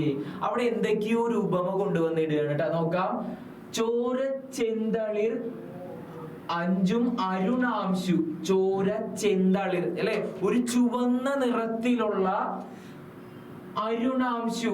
അരുണൻ സൂര്യനാണ് അല്ലെ. സൂര്യന്റെ അംശു, സൂര്യന്റെ പ്രകാശം, ആ ചോര നിറത്തിലുള്ള സൂര്യന്റെ പ്രകാശം പൂരത്താൽ മേനി മൂടി പുലർച്ചയിൽ. ആ പ്രകാശം മൂടി പുലർച്ചയിൽ മേനി മൂടി അല്ലെ, ശരീരം മൂടിയിട്ട് ആര് നിൽക്കുകയാണ്? വണ്ടിണ ചെന്നുമുട്ടി വിടർന്ന ചെന്തണ്ടലരല്ലി കാട്ടി നിൽക്കും പോലെ. അതിരാവിലെ ഒരു പ്രധാനപ്പെട്ട ഉപമയും വളരെയധികം പ്രത്യേകതയും വരുന്ന ഒരു വരി കേട്ടാ. നമ്മൾ ശ്രദ്ധിച്ചു കഴിഞ്ഞാൽ അറിയാം, ആശാൻ എഴുതിയിരിക്കുന്ന ഈ വരികളിലൊക്കെ ദ്വിതീയാക്ഷരപ്രാസം ഉണ്ട്. കണ്ട, ര എന്ന അക്ഷരം ആവർത്തിക്കുന്നു. വണ്ടിണ, ചെന്തണ്ടലരല്ലി, ണ്ട, കണ്ട ആവർത്തിച്ച് വരുന്നുണ്ട്. രണ്ട് വരിയില് രണ്ടാമത്തെ അക്ഷരം ആവർത്തിക്കുന്ന ദ്വിതീയാക്ഷരപ്രാസം കാണുകയാണ്. ഒപ്പം തന്നെ ഇവിടെ ദ്വിതീയാക്ഷരപ്രാസോട്ട് ആലോചിച്ച് വെച്ചോ. ദ്വിതീയാക്ഷരപ്രാസം പ്രാസം അല്ലെ, ദ്വിതീയാക്ഷര പ്രാസം കാണുകയാണ്. അതായത് തുടർച്ചയായ 2 വരികൾ എടുക്കുമ്പോൾ അതിൽ രണ്ടാമത്തെ അക്ഷരം ആവർത്തിക്കുന്നുണ്ട് അല്ലെ. അതുകൂടാതെ ഉപമ എന്ന് പറയുന്ന മറ്റൊരു പ്രത്യേകത കൂടി വരികയാണ് കേട്ടോ. ഇവിടെ നോക്കാം, ചെന്തണ്ടലരല്ലി ചെന്തണ്ടലരല്ലി അഞ്ചു മരുണാംശു പൂരത്താൽ മേനി മൂടി പുലർച്ചയിൽ. രാവിലെ തന്റെ ശരീരമൊക്കെ സൂര്യന്റെ പ്രകാശം കൊണ്ട് മൂടി നിൽക്കുന്ന ആര്? നോക്കാം, ചെന്തണ്ടലരല്ലി. ചെന്തണ്ടലരല്ലി എന്ന് വെച്ച് കഴിഞ്ഞാൽ ആരാണ്? പൂവാണ് അല്ലെ. പൂവിനെ കുറിച്ച് വല്ല പറയുകയാണ്. എന്താ പറഞ്ഞിരിക്കുന്നത്? കാട്ടി നിൽക്കും പോലെ ഒരു വണ്ട് വന്ന് ഒരു പൂവിന്റെ മുകളിൽ വന്നിരിക്കുകയാണ്. അതെപ്പോഴാണ്? പ്രഭാതത്തിൽ വന്നിരിക്കുകയാണ് അല്ലെ. പൂവിന്റെ മുകളിൽ ഒരു വണ്ട് വന്നിരിക്കുന്നത് പോലെ ആശാന് തോന്നുകയാണ്. പ്രഭാതത്തിൽ സൂര്യാംശു വീണ് കിടക്കുന്ന, സൂര്യപ്രകാശം വീണ് കിടക്കുന്ന ഒരു പൂവിൽ ആര് വന്നിരിക്കുകയാണ്? വണ്ട് വന്നിരിക്കുന്നത് പോലെ. വണ്ടിണ ചെന്നുമുട്ടി വിടർന്ന ചെന്തണ്ടലരല്ലി കാട്ടി നിൽക്കും പോലെ അവൾ അങ്ങനെ നിൽക്കുകയാണ് അല്ലെ. അപ്പൊ ഇവിടെ വണ്ടായി ഉപമിച്ചിരിക്കുന്നത് ആരെയായിരിക്കാം? വണ്ട് എന്തിനാണ് വരുന്നത്? പരാഗണം നടത്താൻ വേണ്ടി വരികയാണ് അല്ലെ, തേൻ കുടിക്കാൻ വേണ്ടി വരികയാണ്. അങ്ങനെ വരുന്ന ആ വണ്ടിനെ അവിടെ ഉദ്ദേശിച്ചിരിക്കുന്നത് ആരായിട്ടാണ്? ആനന്ദനായിട്ടാണ്. ആനന്ദനാണ് അവിടത്തെ ആര്? വണ്ട്. ആനന്ദനാണ് വണ്ട് അല്ലെ. ആനന്ദൻ വണ്ടാകുമ്പോൾ അല്ലി ആരായിരിക്കും? അലരല്ലി അല്ലെ. അലർ എന്ന് പറഞ്ഞു കഴിഞ്ഞാൽ പൂവാണ് അല്ലെ. അപ്പൊ പൂവ് ആരായിരിക്കും? മാതങ്കിയാണ് അല്ലെ. മാതങ്കി അവിടെ ആരായി മാറുകയാണ്? പൂവായി മാറുകയാണ് അല്ലെ. വണ്ട് വന്ന് പൂവിൽ വന്നിരിക്കുന്നത് പോലെ ആശാന് തോന്നുകയാണ്. പ്രഭാതത്തിൽ വണ്ട് വന്ന് പൂവിൽ ഇരിക്കുന്നത് പോലെ ആശാന് തോന്നി എന്ന് പറയുകയാണ് അല്ലെ. ആ വണ്ട് എന്തൊക്കെയോ മാറ്റം ആ പൂവിൽ കൊണ്ടുവരും ഇല്ലേ.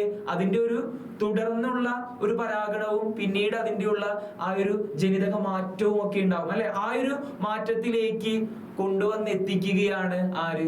വണ്ട്. വണ്ടായി ഇവിടെ ഉപമിച്ചിരിക്കുന്നത് ആരെയാണ്? ആനന്ദനെയാണ് അല്ലെ. അവളുടെ ആ ഒരു പാരമ്പര്യം മാറാൻ പോവുകയാണ്. അവൾ അതുവരെ ചിന്തിച്ചിരുന്ന ചിന്തകൾ മാറാൻ പോവുകയാണ്. പുതിയൊരു മനുഷ്യനാവുകയാണ്. നോക്കാം, പിന്നെ കൈതാർ വിറയ്ക്കയാൽ പാളയിൽ ചിന്നി നിന്നു തുളുമ്പി മനോജ്ഞമായി. പിന്നെ കൈതാർ വിറയ്ക്കയാൽ അവള് വെള്ളം കൊടുക്കാൻ പോവുകയാണ്. വെള്ളം കൊടുക്കുമ്പോ അവളുടെ കൈ വിറയ്ക്കുകയാണ്. അവൾ തൃപ്തിയോട് കൂടിയിട്ടാണോ കൊടുക്കുന്നതെന്ന് ചോദിച്ചു കഴിഞ്ഞാൽ അതെ, അവൾക്ക് എന്തെന്നില്ലാത്ത തൃപ്തി ഉണ്ടെങ്കിലും അവൾ ജാതിയെ കുറിച്ച് ആലോചിക്കുന്നുണ്ട്, തന്നിലുണ്ടായ പുതിയ മാറ്റത്തെ കുറിച്ച്, പുതിയ ചിന്തകളെ കുറിച്ചൊക്കെ ആലോചിക്കുന്നുണ്ട് അല്ലെ. അങ്ങനെ അവൾ വെള്ളം പകരുകയാണ്. വെള്ളം പകരുമ്പോ അവളുടെ കൈ വിറയ്ക്കുന്നുണ്ട്. പിന്നെ കൈതാർ വിറയ്ക്കയാൽ പാളയിൽ ചിന്നി നിന്നു തുളുമ്പി മനോജ്ഞമാൻ. മദ്യം പൊട്ടി നുറുങ്ങി വിലസുന്ന ശുദ്ധ കണ്ണാടി കാന്തി ചിതറും നീർ. മദ്യം പൊട്ടുകയാണ് എന്ന് വെച്ച് കഴിഞ്ഞാൽ നല്ലൊരു വരിയാണ് അല്ലെ. വായിക്കുമ്പോ എന്തൊക്കെയോ നമുക്ക് വല്ലാത്തൊരു സ്പർശം, മനസ്സിനൊരു സ്പർശിക്കുന്ന വരിയായിട്ട് തോന്നുകയാണ്. മദ്യം പൊട്ടി നുറുങ്ങി വിലസുന്ന ശുദ്ധ കണ്ണാടി കാന്തി ചിതറും നീർ. വെള്ളത്തെ കുറിച്ച് പറയുകയാണ്. നമ്മൾ കിണറ്റിലേക്ക് ഒരു പാളയോ ബക്കറ്റോ എടുത്തിടുമ്പോൾ അതിന്റെ മദ്യം പൊട്ടുകയാണ്. നടുക്ക് ഇങ്ങനെ പൊട്ടി ചിതറി പോകുന്ന ഒരു കണ്ണാടി, ശുദ്ധ കണ്ണാടി പോലെ അല്ലെ. ആ വെള്ളത്തിലേക്ക് നോക്കിക്കഴിഞ്ഞാൽ തെളിനീരാണ്. തെളിനീരിൽ നമുക്ക് നമ്മളെ തന്നെ കാണാൻ സാധിക്കുകയാണ് അല്ലെ. അങ്ങനെയുള്ള ആ തെളിനീര് പൊട്ടുകയാണ്. ആ പാള അങ്ങോട്ടേക്ക് ഇട്ട് കഴിഞ്ഞപ്പോ അത് പൊട്ടിച്ചിതറുകയാണ്. ആർത്തിയാൽ ഭിക്ഷു നീട്ടിയ കൈപ്പൂവിൽ വാർത്തു നിന്നിരേ മെല്ലെ കുനിഞ്ഞവൾ. ആർത്തിയാൽ നിൽക്കുകയാണ് ഭിക്ഷു. അത്രയധികം താല്പര്യത്തോടു കൂടി, ദാഹത്തോടു കൂടി നിൽക്കുകയാണ് ആര്? ഭിക്ഷു. അങ്ങനെ ഭിക്ഷു നീട്ടിയ ആ കൈയിൽ അവൾ എന്ത് ചെയ്തു? ആർത്തിയാൽ ഭിക്ഷു നീട്ടിയ കൈപ്പൂവിൽ വാർത്തു നിന്നിതേ മെല്ലെ കുനിഞ്ഞവൾ. അവൾ വാർക്കുകയാണ്, ഒഴിച്ചു കൊടുക്കുകയാണ്. എന്തൊഴിച്ചു കൊടുത്തു? മെല്ലെ കുനിഞ്ഞവൾ. അവൾ പതുക്കെ കുനിഞ്ഞു നിന്നുകൊണ്ട് വെള്ളം ഒഴിക്കുകയാണ്. ബക്കറ്റില് അല്ലെ, ആ പാളയിൽ എടുത്ത വെള്ളം പതുക്കെ കുനിഞ്ഞു നിന്നുകൊണ്ട് ആർക്ക് ഒഴിച്ചു കൊടുക്കുകയാണ്? നമ്മുടെ ആനന്ദന് ഒഴിച്ചു കൊടുക്കുകയാണ് കേട്ടോ. മെല്ലെ കുരിഞ്ഞവൾ പുണ്യശാലിനി നീ പകർന്നിടും ഈ തണ്ണീർ തന്നെ ഓരോരോ തുള്ളിയും അന്തമറ്റ സുഹൃതഹാരങ്ങൾ നിന്നന്തരാത്മാവിൽ അർപ്പിക്കുന്നുണ്ടാവാം പറയുകയാണ്. ഇവിടെയാണ് നമ്മുടെ പാഠത്തിന്റെ പേര് വരുന്നത് അല്ലെ. സുഹൃതഹാരങ്ങൾ നിൻ അന്തരാത്മാവിൽ അർപ്പിക്കുന്നു. നിന്റെ ആത്മാവില് അല്ലെ, നമ്മുടെ ഒരു മനസ്സുണ്ട്.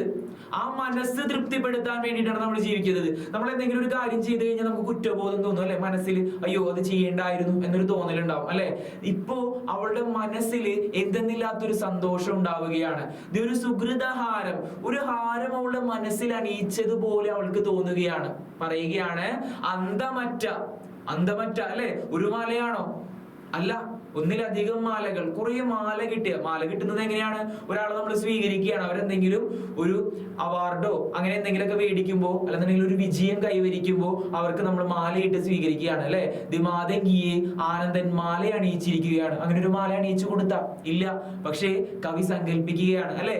ശരിക്കും അവരുടെ മനസ്സിൽ ഒരു മാലയിട്ട് കൊടുത്തിരിക്കുകയാണ്. ആര്? നമ്മുടെ ആനന്ദൻ. അന്തരാത്മാവിൽ അർപ്പിക്കുന്നുണ്ടാവാം. ഒരുപാട് സന്തോഷം ആര് പകർന്നെയാണ്? നമ്മുടെ ആനന്ദൻ പകർന്നു കൊടുക്കുകയാണ്. അപ്പോൾ തന്നെ അവൾക്കും എന്തെന്നില്ലാത്ത ഒരു മാറ്റം ഉണ്ടാവുകയാണ്. ഇതാണ് നമ്മുടെ ചണ്ടാല ഭിക്ഷുകി എന്ന് പറയുന്ന കവിത അല്ലെ. ആ ഒരു ഖണ്ഡകാവ്യം ഇങ്ങനെയാണ് അവസാനിക്കുന്നത്. ഇങ്ങനെ അവസാനിച്ചോ എന്ന് ചോദിച്ചു കഴിഞ്ഞാൽ ഇല്ല, അതിലൊരൊറ്റ ഭാഗം മാത്രമാണ് നമുക്ക് പഠിക്കാനുള്ളത്. ഇനിയും അതിങ്ങനെ തുടർന്നു പോവുകയാണ്. അവൾക്ക് തിരിച്ചു തന്റെ വീട്ടിലേക്ക് പോയിട്ട് ഉറക്കം വരാതെ അവൾ പിറ്റേ ദിവസവും എഴുന്നേറ്റ് ആ കിണറ്റിന്റെ അരികിലേക്ക് ചെല്ലുകയും അവിടെ നിന്ന് ബുദ്ധഭിക്ഷുവിന്റെ കാൽപാദങ്ങൾ അല്ലെ, ആ പാടുകൾ അവിടെ ഉണ്ടായിരുന്നു, ആ പാട് പിന്തുടർന്നു പോവുകയും അവിടെ ചെന്ന് ബുദ്ധ ഭിക്ഷുവിനെ കാണുകയും അല്ലെ, അതായത് നമ്മുടെ ബുദ്ധനെ കാണുകയും അവിടെ നിന്ന് ഒരുപാട് അറിവുകൾ നേടിക്കൊണ്ട് അവൾ ബുദ്ധമതം സ്വീകരിക്കുകയും ചെയ്ത് വലിയൊരു പരിവർത്തനത്തിലേക്ക് മാറി എന്നാണ് ഈ ഒരു ഖണ്ഡകാവ്യത്തിന്റെ ബാക്കി ഭാഗം വരുന്നത്. അങ്ങനെ അവളും വലിയൊരു മാറ്റത്തിന്റെ സാക്ഷിയാകുകയാണ്. കുമാരനാശാൻ അവളിൽ ഒരു നവോത്ഥാനം ഉണ്ടാക്കുകയാണ് അല്ലെ. ആ ഒരു കാലഘട്ടം നമ്മുടെ ആനന്ദൻ അവളിൽ ഒരു നവോത്ഥാനം ഉണ്ടാക്കുകയാണ്. ആ നവോത്ഥാനം നമ്മളിലേക്ക് പകർന്നു തരികയാണ് ആശാൻ തന്റെ കവിതയിലൂടെ. അപ്പൊ ഇത്രയും കാര്യങ്ങൾ നിങ്ങൾക്ക് കിട്ടിയിട്ടുണ്ടാവൂല. ഈ ഒരു കവിത, ഈ ഒരു ഖണ്ഡകാവ്യം നിങ്ങളുടെ ഉള്ളിലേക്ക് എത്തിയിട്ടുണ്ടാവൂലേ? ഈ ഒരു ഖണ്ഡകാവ്യം നിങ്ങളുടെ ഉള്ളിലേക്ക് എത്തിയിട്ടുണ്ടാകും എന്ന് പ്രതീക്ഷിക്കുകയാണ്. ഓരോ വരികളും പ്രധാനപ്പെട്ട വരികൾ അത്രയും പറഞ്ഞിട്ടുണ്ട്. ആ വരികളൊക്കെ അത്ര പ്രാധാന്യത്തോടു കൂടി മനസ്സിലാക്കി വെക്കുക. ചില വാക്കുകൾക്ക് പ്രാധാന്യമുണ്ട്, ആ വാക്കുകൾ നൽകുന്ന അർത്ഥങ്ങൾക്ക് പ്രാധാന്യമുണ്ട്. ഓരോ വാക്കുകളും നമ്മുടെ ഉള്ളിലേക്ക് തരുന്ന അർത്ഥങ്ങൾക്കും ആശയങ്ങൾക്കും പ്രാധാന്യമുണ്ട്. അവിടെയൊക്കെ ഒരു ഉപമ വരുന്നില്ലേ? പൂവിൽ വന്നിരിക്കുന്ന വണ്ടിനെ പോലെ ആനന്ദൻ അല്ലെ. ആ വണ്ട് അവിടെ നിന്നും തേനും കൊണ്ട് പറന്നു പോകും അല്ലെ. അപ്പൊ ഓരോ പൂവും കാത്തിരിക്കുന്നത് ഒരു വണ്ടിനെയാണ് അല്ലെ. ഓരോ മാറ്റം ഉണ്ടാകാൻ വേണ്ടി ഓരോ പൂവും കാത്തിരിക്കുന്നത് ഓരോ വണ്ടിനെയാണ്. അതുപോലെ അവളിൽ മാറ്റം ഉണ്ടാക്കാൻ വേണ്ടി വണ്ടാകുന്ന ആനന്ദൻ തന്നിലേക്ക് വന്നു. എപ്പോ വന്നു? പ്രഭാതത്തിൽ അരുണാംശു സൂര്യന്റെ ആ ഒരു പ്രകാശം പരന്നു കിടക്കുന്ന ആ ഒരു സമയത്ത് അതിരാവിലെ വന്നിരിക്കുകയാണ് എന്ന് പറഞ്ഞൊക്കെ വെച്ചുകൊണ്ട് ഈ ഒരു പാഠഭാഗം ഇങ്ങനെ അവസാനിക്കുകയാണ്. അപ്പൊ ഇത്രയും കാര്യങ്ങൾ നിങ്ങൾക്ക് മനസ്സിലായിട്ടുണ്ടാവും എന്ന് കരുതുകയാണ്. ഇത്രയും കാര്യങ്ങൾ മനസ്സിലേക്ക് ഇട്ടുകൊണ്ട് ആശാനെ കുറിച്ച് പഠിച്ചുകൊണ്ട് യൂണിറ്റിന്റെ തുടക്കം മനസ്സിലാക്കിക്കൊണ്ട് നമ്മൾ നമ്മുടെ ഇന്നത്തെ ക്ലാസ് അവസാനിപ്പിക്കുകയാണ്. ഓക്കെ അല്ലേ? ഇത്രയും കാര്യങ്ങൾ നിങ്ങളുടെ മനസ്സിലുണ്ടാവും. അപ്പോ അടുത്ത ക്ലാസ്സുമായി വരും വരെ എല്ലാവർക്കും നന്ദി, നമസ്കാരം.